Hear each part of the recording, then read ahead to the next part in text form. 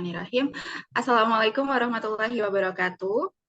Waalaikumsalam warahmatullahi Waalaikumsalam Waalaikumsalam warahmatullahi warahmatullahi wabarakatuh. wabarakatuh. Oke, sebelumnya diucapkan banyak terima kasih kepada Bu Rina selaku dosen pengampu mata kuliah Mekanika Tanah di Teknik Pertambangan angkatan 2022. Jadi di sini kami dari kelompok 2 akan menjelaskan sedikit terkait batuan dan juga tanah, tepatnya terkait asal-usul batuan, asal-usul tanah, dan juga macam-macam jenis tanah. Namun sebelum masuk ke materi, kita akan memperkenalkan diri terlebih dahulu dengan saya sendiri, Jingga Ayunda Margareta, dengan NIM akhir 1004, dan juga beberapa rekan tim saya mungkin bisa memperkenalkan dirinya masing-masing. Baik, izin memperkenalkan diri, nama saya Kandi Prihatin dengan NIM akhir 1024. Dan nama saya Dio Andreas Tepu dengan NIM akhir 28. Perkenalkan, nama saya Gatul Hoiria dengan NIM akhir 1030. Perkenalkan, nama saya Mauricia Sherin Yosefani dengan NIM akhir 1032. Perkenalkan, nama saya Rian Akmal Bakri dengan NIM akhir 34. Oke, karena masing-masing anggota kelompok sudah memperkenalkan diri, kita langsung masuk ke bab tanah itu sendiri. Oke, yang pertama itu kita akan membahas tentang tanah. Sebelum lebih jauh masuk ke dalam pengertian dari tanah itu, ya, menurut Hardiyatmo, tanah merupakan himpunan mineral, bahan-bahan organik, serta endapan-endapan yang relatif lepas atau loose yang terletak di atas batuan dasar atau bedrock. Next. Yang kedua itu, dari mana sih asal-usul dari tanah itu tersebut?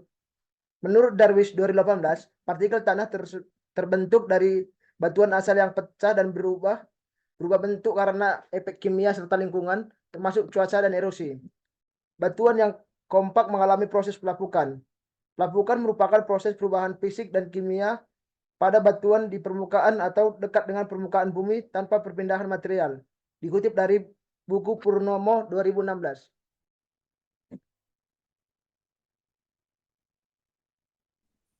Selanjutnya yaitu profil tanah. Nah, profil tanah ini merupakan dinding vertikal dari tanah yang memperlihatkan susunan horizon. Susunan horizon itu dapat dilihat di gambar di sebelahnya. Itu dibagi menjadi horizon O, horizon A, horizon E, horizon B, horizon C, dan batuan induk. Nah, horizon O sendiri mengandung kadar bahan organik tinggi dan fraksi mineralnya yang sangat sedikit. Ketebalan dari horizon O ini dipengaruhi oleh akumulasi bahan organik. Jadi, jika semakin banyak terjadi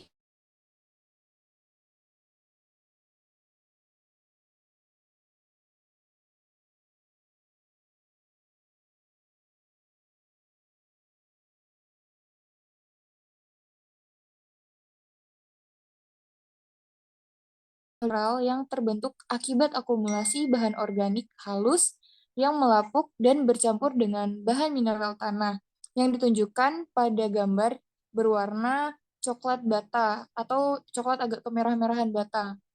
Selanjutnya yaitu horizon E atau dinamakan horizon eluviasi, yaitu merupakan horizon yang mengalami pencucian dan kehilangan atau eluviasi, yaitu liat, besi, aluminium, dan bahan organik yang didominasi oleh pasir dan debu.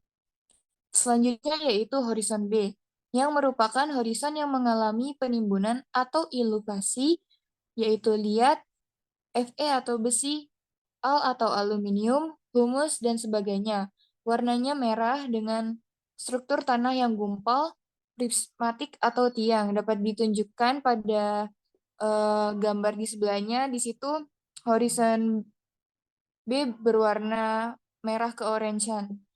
Lalu horizon C, yaitu horizon bahan induk tanah yang terbentuk akibat pelapukan batuan induk, mengandung batuan tidak padat dan pecahan batuan. Selanjutnya yang terakhir yaitu dapat dilihat pada lapisan paling bawah, itu merupakan batuan induk atau rock, yaitu lapisan batuan keras yang tidak dapat ditembus akar tanaman dan sulit dipecahkan dengan alat secara manual seperti cangkul. Next.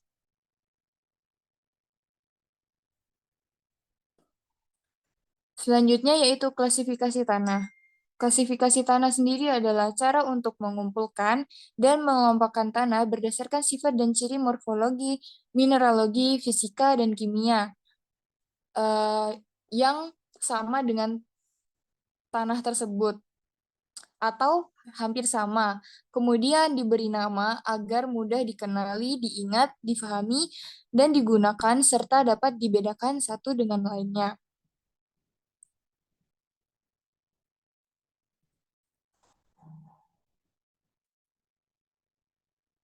Baik, untuk selanjutnya ada klasifikasi tanah.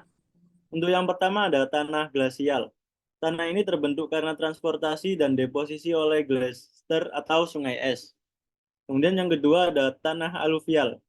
Terbentuk karena terangkut oleh air yang mengalir dan terdeposisi di sepanjang aliran sungai. Kemudian yang ketiga ada tanah lacustrin. Terbentuk karena deposisi di danau yang tenang. Kemudian yang keempat ada tanah marin. Tanah ini terbentuk karena adanya deposisi laut. Kemudian yang kelima ada tanah akolian. Terbentuk karena terangkut dan terdeposisi oleh angin. Kemudian yang terakhir ada tanah koluvial. Tanah ini terbentuk oleh pergerakan tanah dari tempat asalnya karena gravitasi seperti yang terjadi pada saat tanah longsor. Kemudian yang selanjutnya ada jenis-jenis tanah. Jenis-jenis tanah ini dibagi berdasarkan besar partikel dari tanah tersebut. Yang paling besar ada kerikil. Kerikil adalah kepingan-kepingan dari batuan yang kadang-kadang juga mengandung partikel-partikel mineral seperti quartz, feldspar, dan mineral lainnya. Kemudian yang kedua ada pasir. Sebagian besar terdiri dari mineral quartz dan feldspar. Butiran dari mineral yang lain mungkin juga masih ada pada golongan ini. Kemudian yang ketiga ada lanau. Sebagian besar merupakan fraksi mikroskopis atau berukuran sangat kecil dari tanah yang terdiri dari butiran quartz yang sangat halus dan sejumlah partikel berbentuk lempengan-lempengan pipi yang merupakan pecahan dari mineral-mineral mika. Kemudian yang terakhir adalah lempung. Sebagian besar terdiri dari partikel mikroskopis dan submikroskopis tidak dapat dilihat dengan jelas bila hanya dengan mikroskopis biasa yang berbentuk lempengan-lempengan pipi yang merupakan partikel-partikel dari mika. Mineral-mineral lempung atau clays mineral adalah mineral-mineral yang sangat halus lainnya.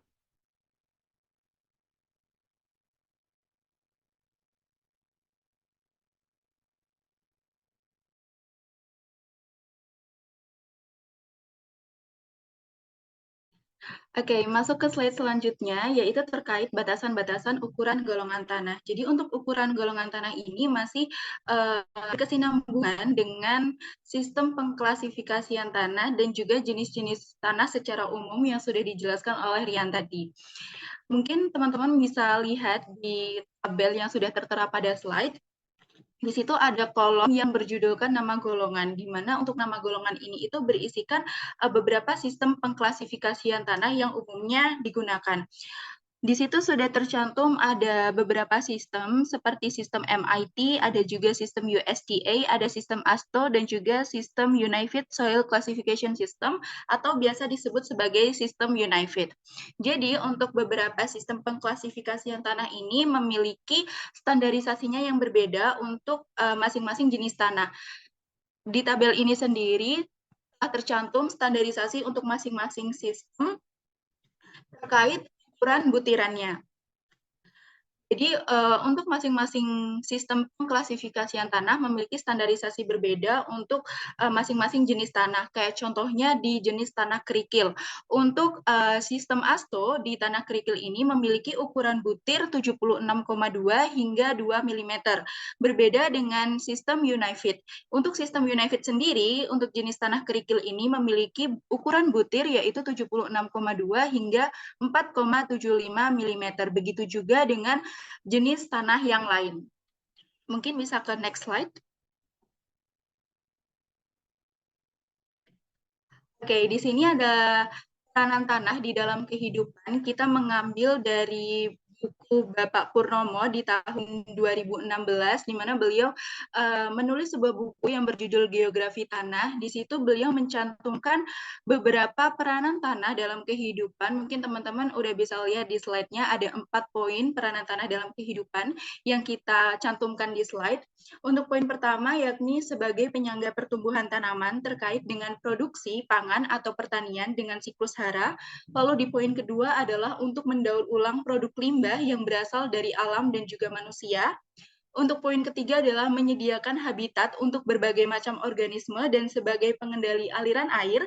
Dan yang terakhir adalah berperan dalam penyediaan bahan konstruksi. Untuk peranan tanah dalam kehidupan sendiri, selain 4 poin tadi juga masih banyak lagi, khususnya di industri pertambangan, seperti yang teman-teman tahu bahwa bagian tanah yang memiliki kesuburan paling tinggi adalah di bagian topsoilnya karena mengandung banyak bahan organik, humus, dan juga materi alami lainnya. Nah, maka dari itu di industri pertambangan biasanya tanah-tanah yang ada di bagian topsoil ini tadi tidak dibuang begitu saja, melainkan ditimbun untuk nantinya bermanfaat di tahap reklamasi pertambangan.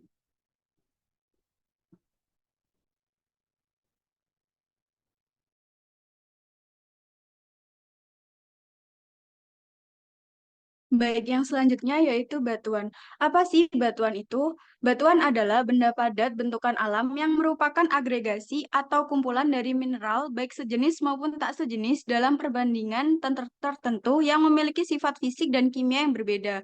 Menurut Hairul pada tahun 2017, beragamnya jenis batuan ini terbentuk dari proses alamiah yang memiliki ciri khas tertentu dari ciri tekstur, warna, dan kandungan mineral sehingga perlu dilakukan proses identifikasi secara cermat oleh ahli petrologi. Next.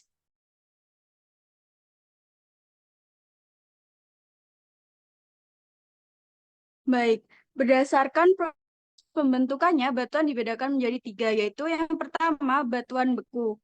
Batuan beku adalah magma atau lava yang mendingin dan mengeras. Contohnya granit, basalt, dan ordinat. Yang selanjutnya yaitu batuan sedimen. Batuan sedimen adalah akumulasi dan pengendapan sedimen yang sudah ada sebelumnya. Contohnya batu pasir, kapur, dan batu bara. Yang terakhir yaitu batuan metamorf. Adalah transformasi batuan yang ada karena panas dan tekanan. Contohnya marmer, kuarsit, dan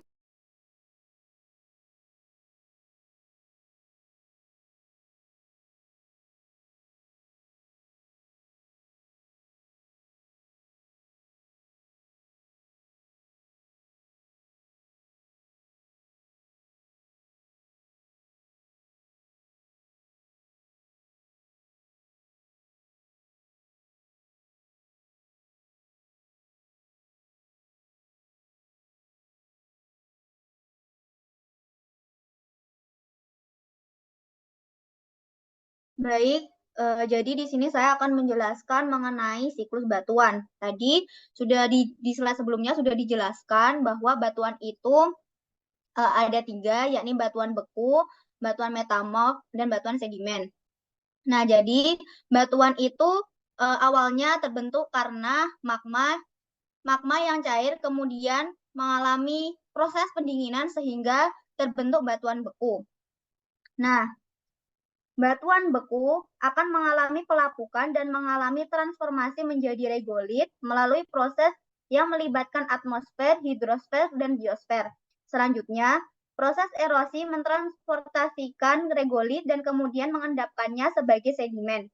Setelah mengalami deposisi, sedimen tertimbun dan mengalami kompaksi dan kemudian menjadi batuan sedimen. Kemudian, proses-proses tektonik yang menggerakkan lempeng dan pengangkatan kerak bumi menyebabkan batuan sedimen mengalami deformasi. Penimbunan yang lebih dalam membuat batuan sedimen menjadi batuan metamorfik, dan penimbunan yang lebih dalam lagi membuat batuan metamorfik meleleh, membentuk magma, yang dari magma ini kemudian terbentuk batuan beku yang baru. Oke, mungkin bisa di next.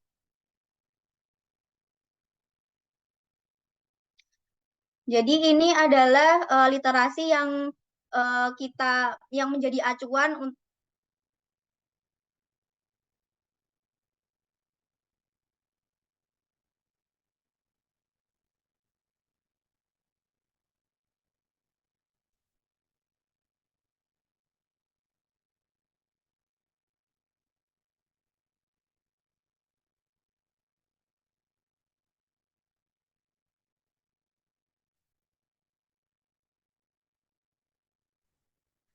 Oke, kita sudah ada di penghujung slide presentasi hari ini. Mungkin itu terkait penjelasan dari kelompok 2 untuk materi tanah dan juga batuan. Terima kasih diucapkan kepada teman-teman presentator yang sudah mempresentasikan masing-masing materinya dan juga terima kasih diucapkan kepada Bu Rina atas kesempatannya. Mungkin presentasi hari ini bisa kami cukupkan. Untuk kurang lebihnya saya mewakili teman-teman dari kelompok 2 mengucapkan mohon maaf yang sebesar-besarnya. Presentasi kami cukupkan. Wassalamualaikum warahmatullahi wabarakatuh. Waalaikumsalam warahmatullahi wabarakatuh.